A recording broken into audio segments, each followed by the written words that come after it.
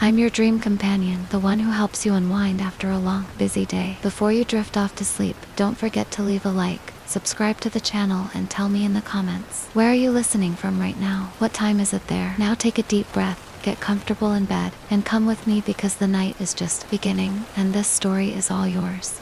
Have you ever felt eyes on you when no one was there? That uneasy sense that the air itself is aware of you. Breathing, listening, waiting. Mia had lived with that feeling for 3 years, ever since the night her sister Riley vanished without a trace. People told her to move on, to accept that some mysteries are better left unsolved.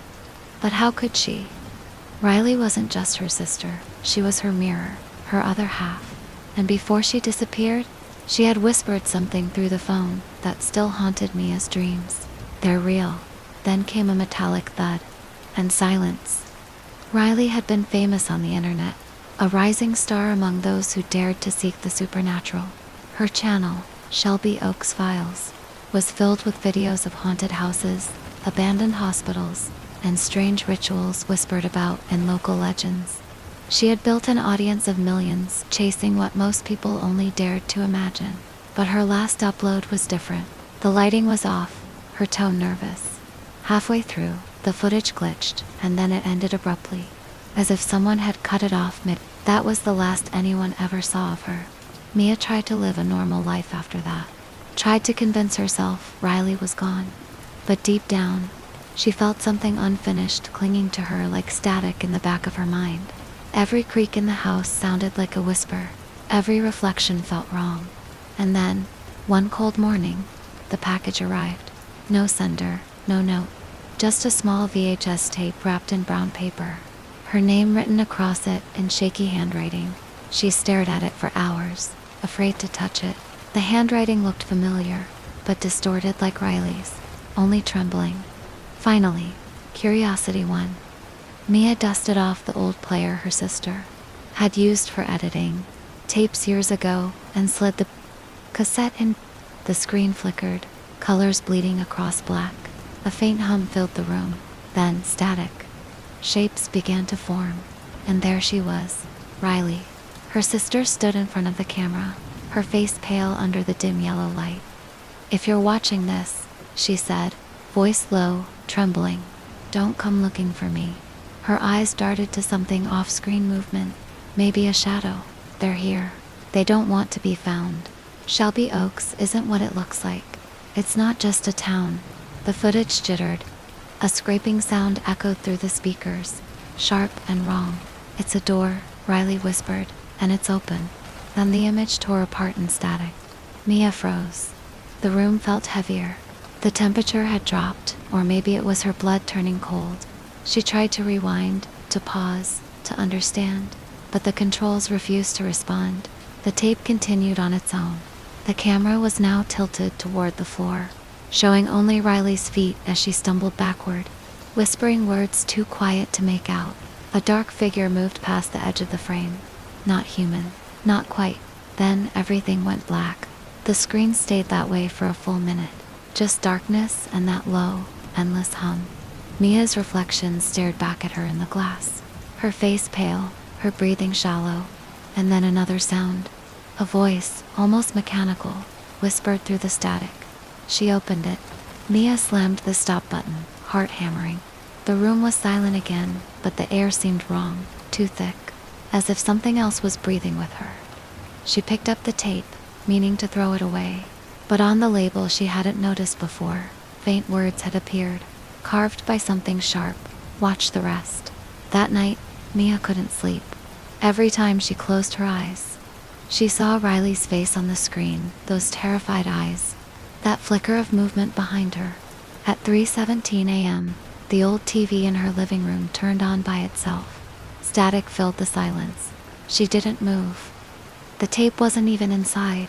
Mia sat frozen in her bed, eyes locked on the faint glow coming from the living room. The TV screen pulsed softly, the static light flickering across the hallway like a heartbeat. She wanted to believe it was a power surge, a glitch, anything rational. But deep down, she knew better. Something had followed that tape into her house. Her bare feet touched the cold floor, every step deliberate, her body heavy with dread. As she approached the living room, the static grew louder, a distorted whisper curling through the air. She could almost make out words beneath the noise, fragments of sentences slipping through like voices underwater. You saw it. She showed you. The remote lay untouched on the table. Mia hesitated, then reached for the power button on the TV. But before her finger touched it, the image changed. The static cleared for just a moment, revealing a dark room, dimly lit. Walls covered in peeling wallpaper, and faint symbols drawn in what looked like charcoal or something darker. In the center stood Riley, not as she remembered. Her hair hung in tangled strands across her face, her eyes hollow, the edges of her mouth trembling. You shouldn't have watched it, she whispered, her voice echoing through the speakers. It doesn't end when the screen goes black. It listens.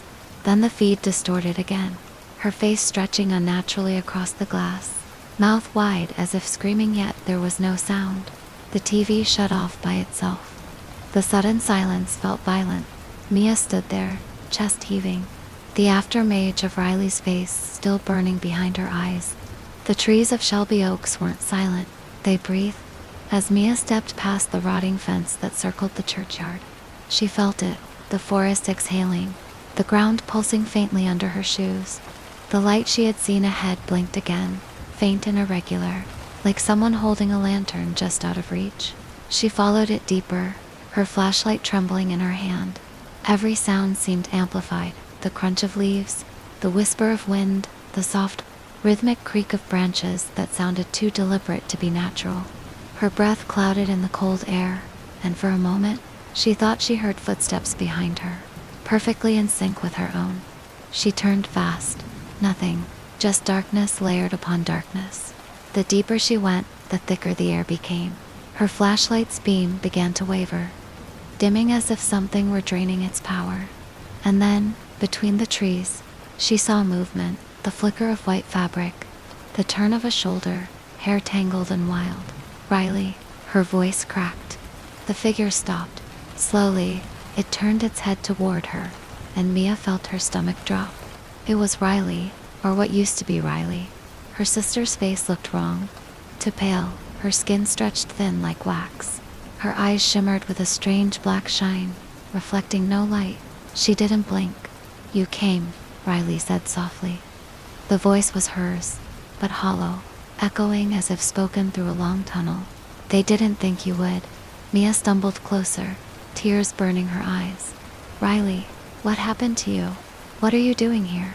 Her sister smiled, the expression wrong, too slow, the corners of her mouth twitching like something pulling the strings from beneath the skin. You saw the tape. You heard them.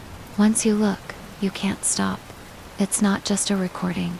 It's a map. The forest around them seemed to shift at her.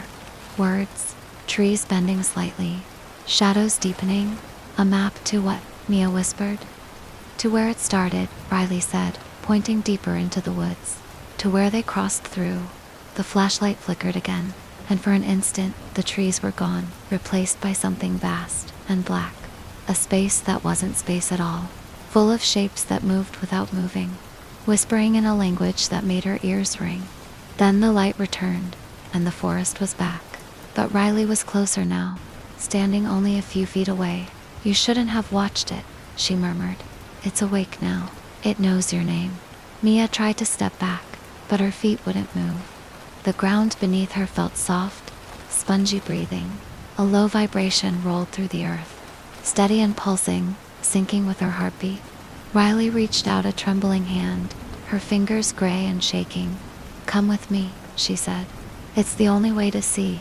Mia hesitated, every instinct screaming to run. Yet something else, a pull deep inside, urged her forward. She reached out. For a split second, their fingertips touched. Cold flooded her arm like liquid ice. Images slammed into her mind, flashes of rooms filled with symbols. Walls that bled shadow. A door standing in the middle of an empty field, open and waiting. She saw Riley kneeling before it, whispering to something that whispered back. Then, just as quickly, it all vanished. Riley was gone. The light ahead blinked one last time, then went out. The forest fell into complete silence. Mia's flashlight died. She stood in the pitch black, trembling, the cold pressing down on her chest. And then she heard it, not from the woods, but from inside her own head. The same voice that had whispered through the tape. She opened it. "Now you finish it." Mia turned and ran, branches tearing at her clothes, her breath ragged, the sound of static following her like a living thing. When she finally burst out of the tree line, she collapsed onto the cracked pavement of the old road, gasping for air. The town was different now. The buildings she'd passed earlier were shifting, shapes warping in the dim light. Windows glowed faintly, as if lit from within by unseen fires. She stood, dizzy, heart racing. Something moved inside the church, a shadow crossing the stained glass. Tall and thin, a bell rang once, low and distorted. Mia looked down at her hand, where Riley had touched her. The skin was marked with a faint black symbol, pulsing slowly like a heartbeat. The sound of the bell echoed again, louder this time, and with it came whispers, dozens of them, hundreds, all saying the same thing, layered over each other in a voice that wasn't human but knew her name.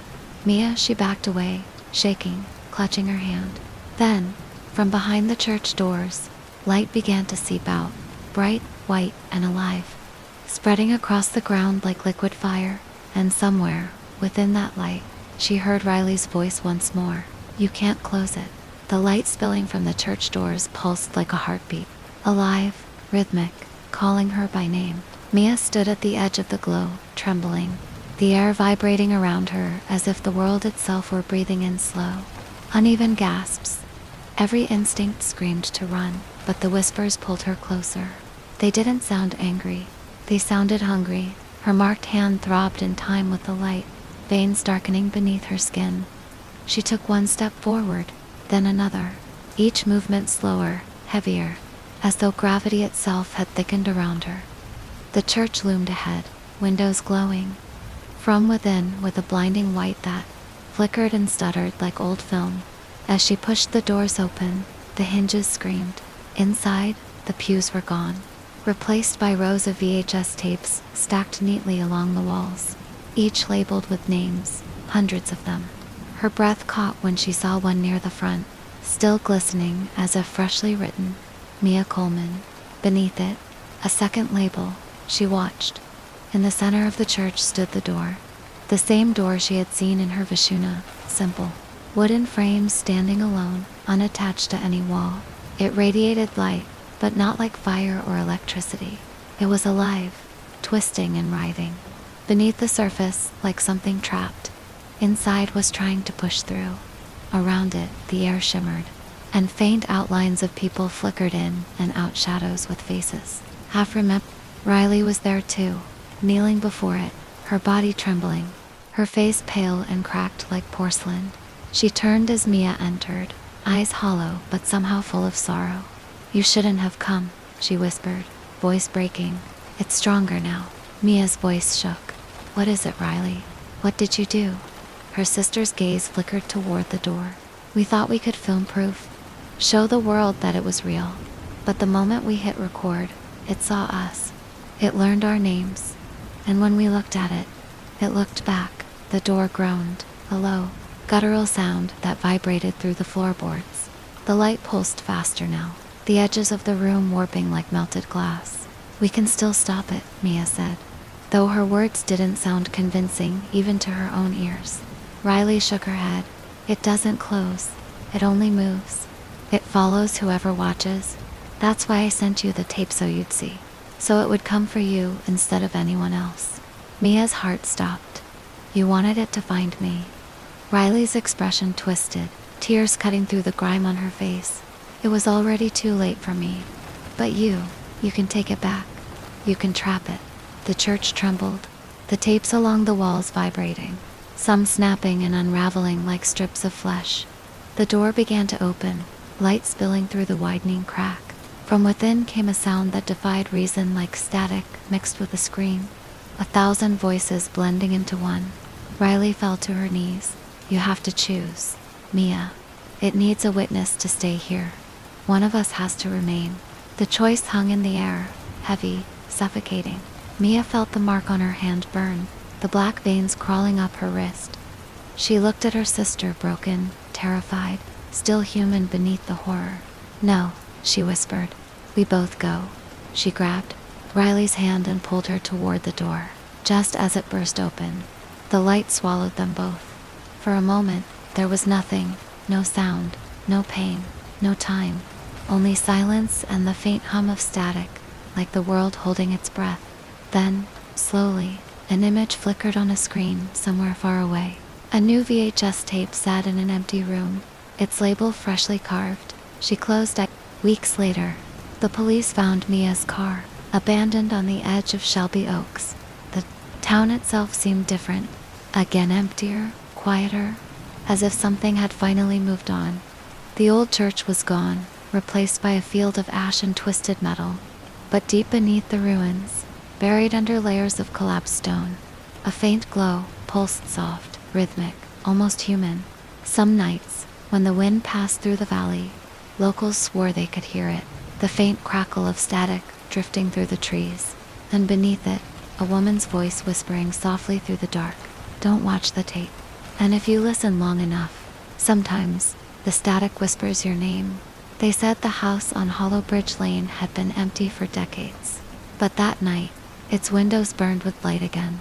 A storm raged across the hills, rain slashing against the stone walls like claws, as a line of black cars rolled up the muddy drive. Inside each, a guest invited, but on a single embossed envelope stamped with a wax seal in the shape of an eye.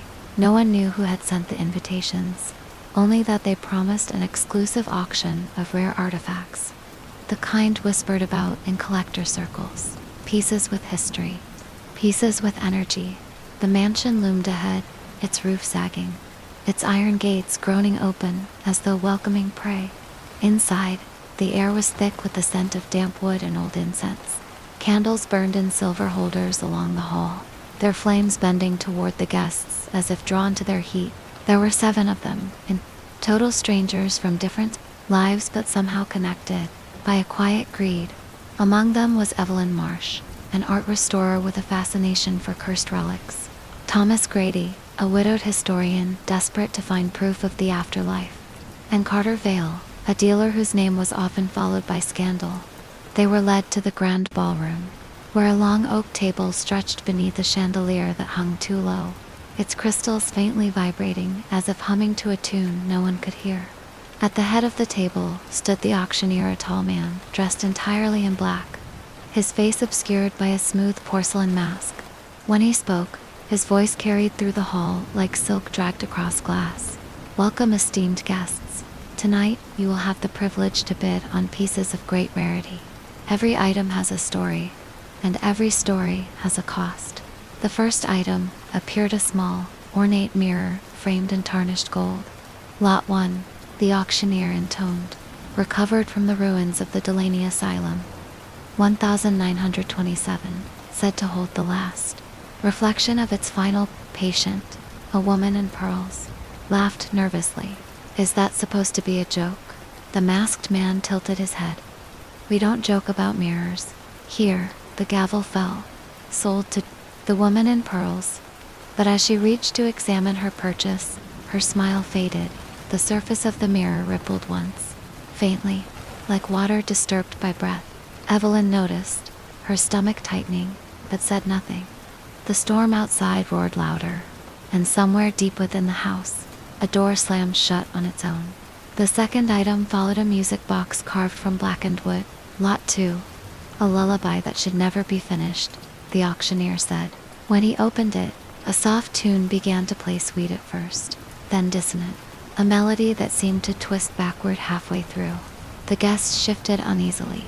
One of them, an elderly man, whispered that he knew the song from somewhere, his voice trembling but the auctioneer's. Gavel struck again, cutting him off. "Sold to Thomas Grady." As the night wore on, the air in the ballroom grew colder. The candles burned lower, their wax pooling like spilled milk across the table. Each object brought forward seemed more unsettling than the last. A child's porcelain doll with no eyes, a pocket watch that ticked in reverse, a photograph that changed every time someone looked away. The bidders, emboldened by curiosity and the promise of exclusivity, ignored the unease tightening their throats. But Evelyn couldn't shake the feeling that the house itself was listening, watching from the walls. Each time the auctioneer's hammer fell, the chandelier trembled, and faint whispers rippled through the air, overlapping like the sighs of people long dead. Halfway through the event, the lights flickered. For an instant the room plunged into darkness, and every guest heard the same thing. A breath, drawn slow and deep, as though something enormous had just awakened. When the light returned, the auctioneer's mask had changed. Its smooth porcelain surface now bore faint cracks, spiderwebbing from the eyes down to the mouth. No one spoke of it. Instead, the next item was unveiled, a small, bone-handled dagger, its blade etched with symbols that seemed to crawl when stared at too long. "Lot 6, he said. "The blade of St. Alaric used to end a curse, or begin one." The guests exchanged glances. No one bid at first. The air felt heavy, electric. Then Carter Vale smirked, raising his paddle. "I'll take the curse," he said. The gavel came down. Lightning struck outside, the thunder shaking the windows. Somewhere, the old grandfather clock in the corner began to chime, though it wasn't the hour. 12 strokes midnight. The auctioneer turned toward the guests, voice lower now, slower. "Our final lot," he said. "The house itself." The words hung in the air. Evelyn felt her pulse quicken. The house? A joke, surely. But the man continued, "You've each taken something from it tonight, and so, it will take something from you." He raised the gavel one last time. "The bidding is closed." The chandelier's lights burst in a shower of sparks. The doors to the ballroom slammed shut, and from the mirror at the end of the table the one sold. First something began to move. The mirror quivered on the table, its surface shifting like oil under moonlight. The guests recoiled, their chairs scraping against the marble floor. But the auctioneer remained still, hands resting gently on the podium as if waiting for the inevitable. The woman who had bought the mirror, her name was stared at it, her breath quickening. "It's a trick," she whispered. But the reflection looking back at her wasn't her own. It blinked first. Slowly, the surface bulged outward, glass warping into the vague shape of a hand pressing from within. The air temperature plummeted. Frost crept along the edges of the mirror's frame, crawling across the table toward her. She tried to back away, but her chair wouldn't move. The gavel struck once. The sound echoed like a gunshot.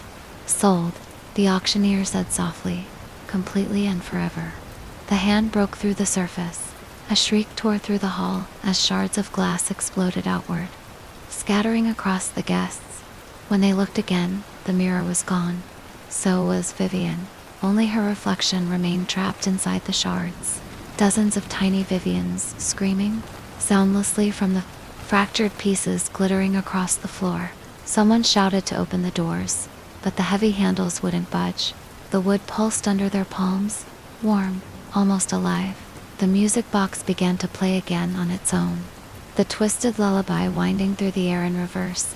Thomas Grady clutched it, trying to shut it, but the mechanism refused to stop. The melody grew louder, sharper, until the notes sounded like whispers layered atop one another. He dropped it, but even when it hit the ground, it kept playing. Evelyn could hear words now, hidden in the music. They were calling names, each guest's, one by one.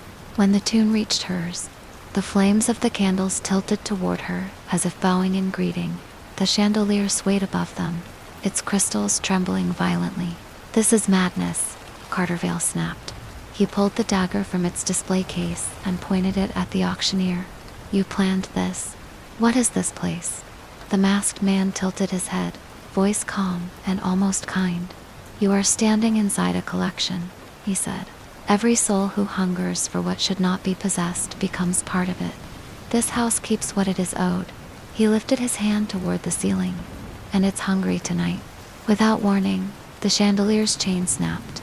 It crashed down onto the table, scattering shards and flame, plunging half the room into shadow. Evelyn ducked, coughing through the smoke, heart pounding. When she looked up, the auctioneer was gone. In his place, the mask lay shattered, but there was no blood, only black dust, slowly dissipating into the air. The guests stumbled toward the hallway, their panic mounting. The long corridor beyond the ballroom seemed to stretch endlessly now, far longer than when they'd entered. Portraits lined the walls, paintings that hadn't been there before, each depicting one of the guests. Only, in every image, their eyes were missing. Thomas reached out to touch his own painted face, whispering something under his breath.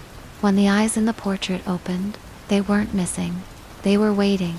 From the canvas, a black liquid began to drip, thick and slow, pooling at his feet. He staggered back, slipping on the slick floor, and when he hit the ground, something beneath him moved. The floorboards rippled like water, and a hand reached up from beneath the wood, grasping his ankle. He screamed as it pulled him under, vanishing into the floor as if he'd fallen through thin air. The boards sealed shut again, leaving nothing but the fading echo of his voice. Evelyn pressed her back against the wall, gasping. The others were shouting, pounding on doors that led nowhere. Every handle they tried turned into rust beneath their fingers. The air buzzed with static now, faint at first, then louder, like 100 voices whispering all at once. She turned toward Carter, who was still gripping the dagger. "We have to find a way out," she hissed. "No one's getting out," he muttered. His eyes darted around the hall, wide, frantic. "The house isn't real. None of this is real." But even as he said it, the walls began to bleed a dark, thick substance seeping from the cracks, spelling words that seemed to crawl across the plaster. "Every story has a cost." The power flickered. A cold wind surged through the hallway, carrying the faint scent of decay. The remaining guests huddled together, trembling. Somewhere, far off, they heard a faint ticking, the sound of the pocket watch that had been auctioned. Earlier, it was ticking backward, faster and faster, the rhythm turning frantic. Then, silence. The door at the end of the corridor creaked open on its own. Beyond it, a faint red glow spilled across the floor. Evelyn felt something emerge, a pull dragging her toward it, like invisible hands gripping her shoulders. "Don't," Carter warned, grabbing her arm, but she couldn't stop. Her feet moved of their own accord, one slow step at a time. The others followed, as though drawn by the same unspoken command. The hallway stretched ahead, impossible in length, the red light pulsing like the heartbeat of something alive. And just as they reached the threshold, a voice whispered from the dark, the same silken tone they'd heard at the start. "Lot 7, it said. "The final bid." The red glow deepened as they crossed the threshold, swallowing the last traces of candlelight behind them. The air changed, it grew thicker, almost liquid, heavy with the scent of old wood and iron. The room beyond the door was circular, vast, and lined from floor to ceiling with glass cases. Inside each stood objects from the auction: the mirror, the music box, the dagger, the pocket watch. But there were hundreds more now, things none of them had seen before. Tritch, with a faint shimmer behind the glass, as though something moved within. Evelyn's breath caught when she realized what she was seeing. There were faces in every reflection, pressed against the glass from the inside, eyes wide, mouths open in silent screams. Some of them were distorted, fading. Others were horribly clear. One of them looked like Thomas, another like Vivian. "It's a gallery," Carter whispered, voice trembling. "A gallery of souls." The ticking sound returned, echoing from nowhere and everywhere at once. Each glass case pulsed faintly with the rhythm. "Lot 7, the voice came again, closer now, surrounding them. "The house must always grow. The story must always be told." Evelyn spun around, searching for the source.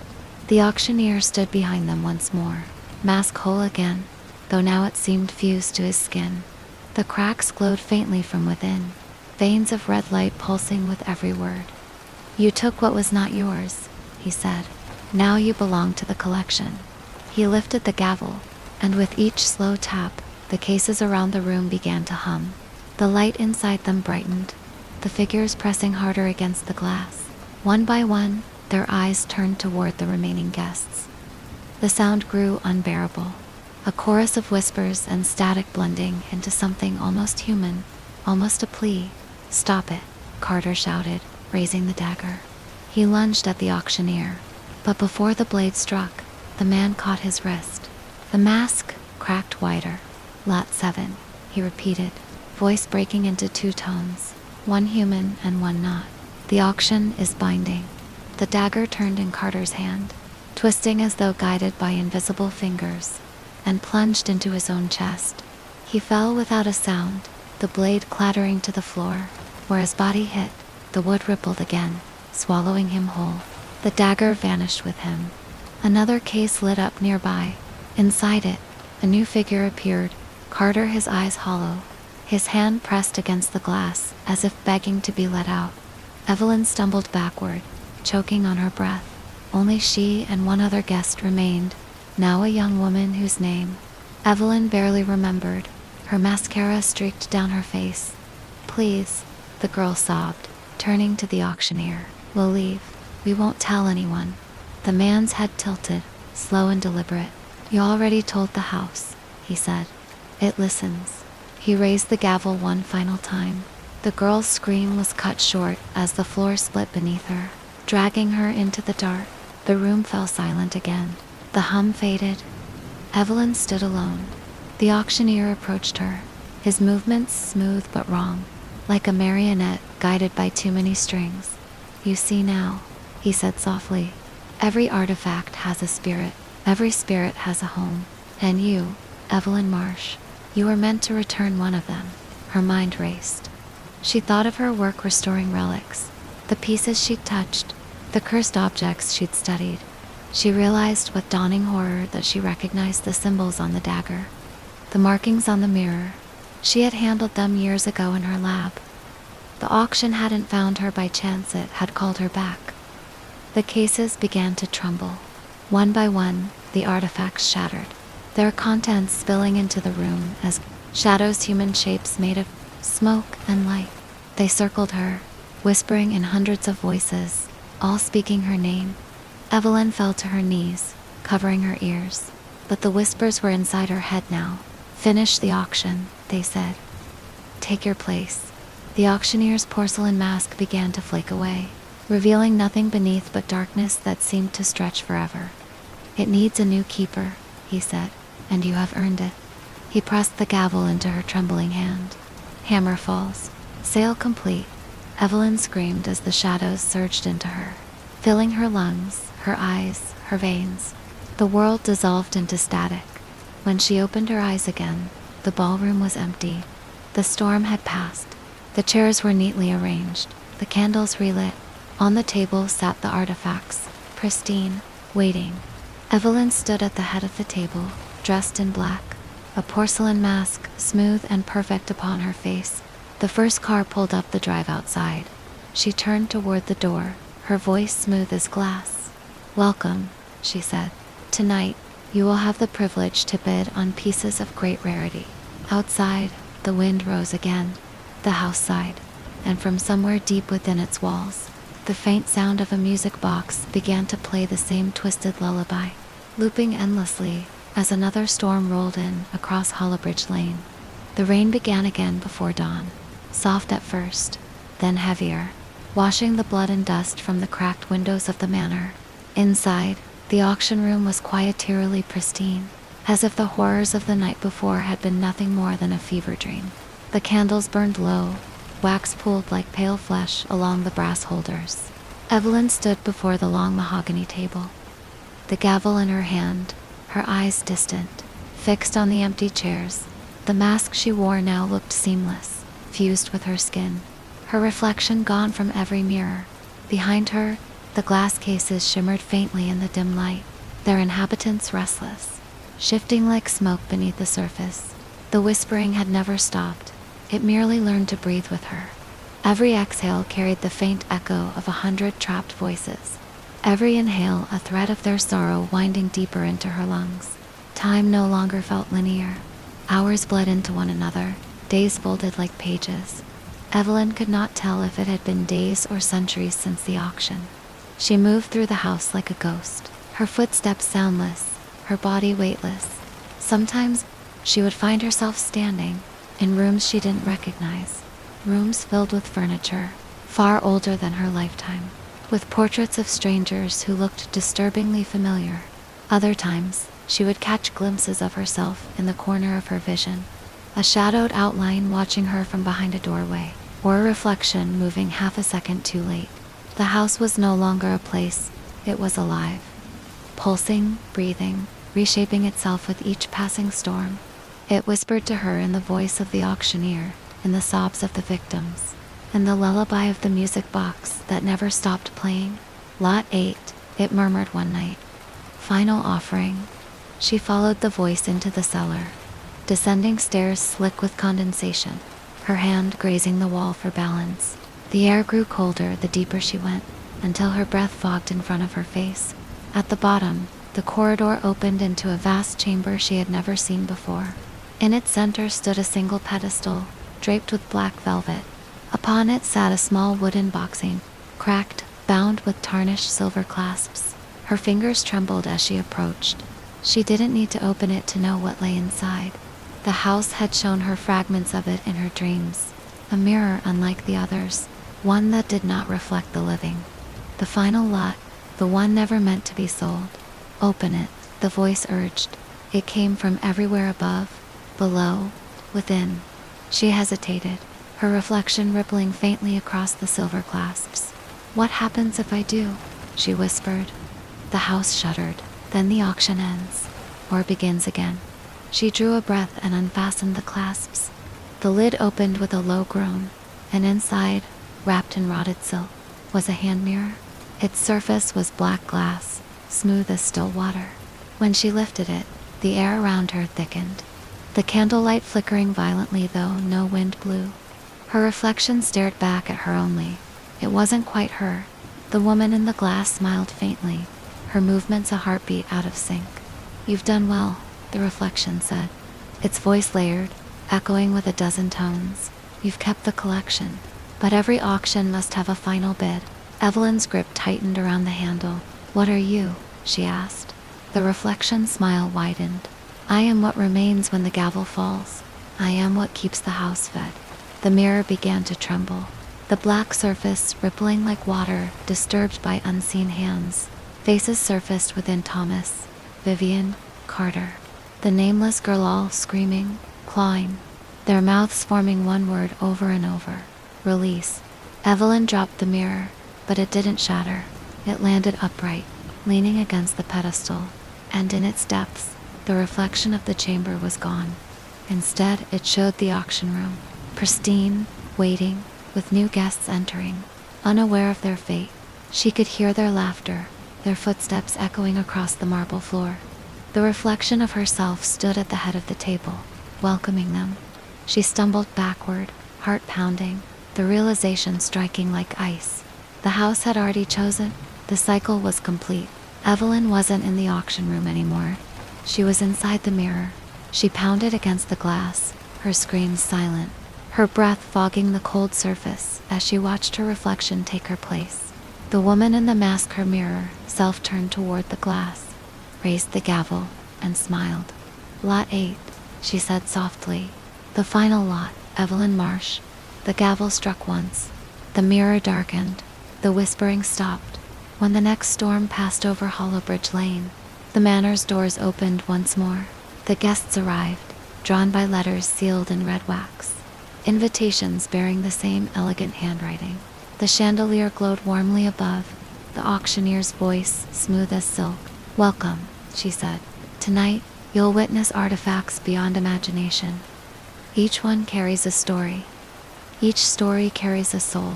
She paused, her porcelain mask gleaming in the candlelight. Behind the glass cases, new faces waited, their eyes wide and pleading.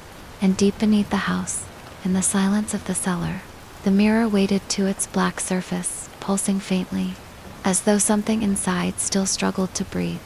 When the lightning struck, for the briefest instant, a pale hand pressed against the glass from within. Then it vanished, leaving only darkness. The storm moved on. The house stood still, and the auction continued. You ever wonder where cursed things go when no one dares to keep them? Some think they vanish. Others say they find their way home.